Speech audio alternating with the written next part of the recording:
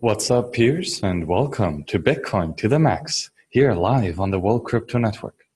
Over the last couple of videos, we have explored the evolution of Bitcoin as a money, from first establishing digital scarcity and then manifesting that with a immutable and irreversible attribute to ultimately becoming a digital collectible.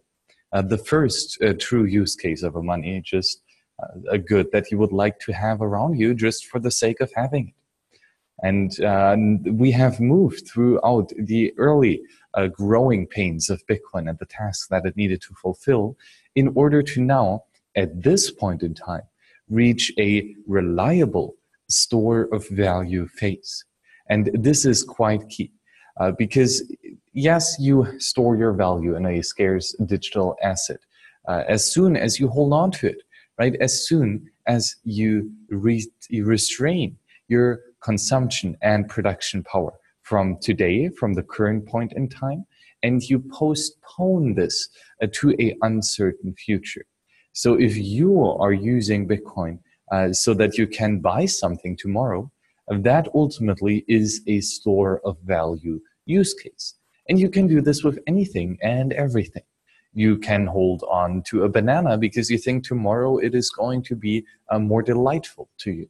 You can hold on to a piece of bread and think that tomorrow it will make you more or relieve more of the hunger than it would today. Of course, you can do that with currencies like the euro and hope that it will not drop drastically in purchasing power tomorrow. Or you could hold on to sound money and realize that it might have a good store of value aspect.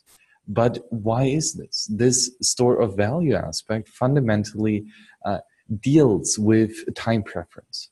You are able of postponing your consumption, your gratification. Therefore, you decrease your time preference. You decrease the need, the urge of consuming today, of using today, but you increase your time horizon and your planning horizon. This makes you a more thoughtful planner and a more well-versed entrepreneur in allocating your resources. This store of value aspect, thus, fundamentally is a key attribute of Bitcoin as a sound money based upon the irreversibility of the digital scarcity, of the ability to not inflate the money supply, to not print additional tokens out of nothing. This is what gives Bitcoin a reliable store of value because at least the supply side of Bitcoin is steady and is known and predictable and unchanging. So we do know that currently there are 17.5 million Bitcoin in existence, and in the future it will never exceed 21 million Bitcoin. And exactly how many Bitcoin will be created every block is not just known, but it is verified and enforced by every node on the network. Thus, the supply side of Bitcoin is an economic variable that is known and does not negatively affect the uncertainty of the future. The only aspect that still is uncertain is the demand for Bitcoin. And as we said, with the greater liquidity, as Bitcoin becomes more and more useful of a good, more individuals will use this currency as a store of value to postpone their consumption and production. This is the, rabbit hole, right? This is the bootstrapping process. But eventually, and after 10 years, we can say Bitcoin is quite a good store of value. And it has not just stored the value, but actually increased it over several years now. However, the perpetual increase in Bitcoin's purchasing power is, of course, not guaranteed. And there are still a lot of risks that might hinder Bitcoin in its growth as a store of value. And that includes, but is not limited to, inflation bugs.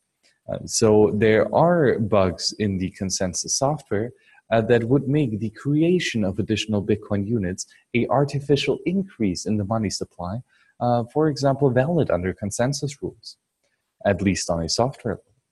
And this would mean that the purchasing power of Bitcoin might drop, and especially the certainty of the Bitcoin inflation schedule would drop, thus increasing the uncertainty of the store of value and decreasing the utility of this money.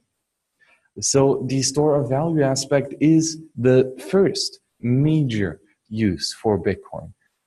Even before it is used as a medium of exchange and eventually unit of account, this ability to store your value and to increase your planning horizons and to think of future generations is a powerful tool that changes a lot in society and has profound and groundbreaking implications.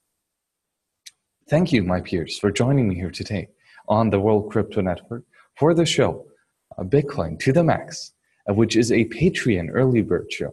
So as soon as I produce these videos, you can get early access to them on patreon.com/WCN. And with the recent addition of perks to Tallycoin, you can also get it on tallyco.in/HillebrandMax. Thank you, peers, very much for joining me here on the World Crypto Network, and see you on the next show. Bye-bye.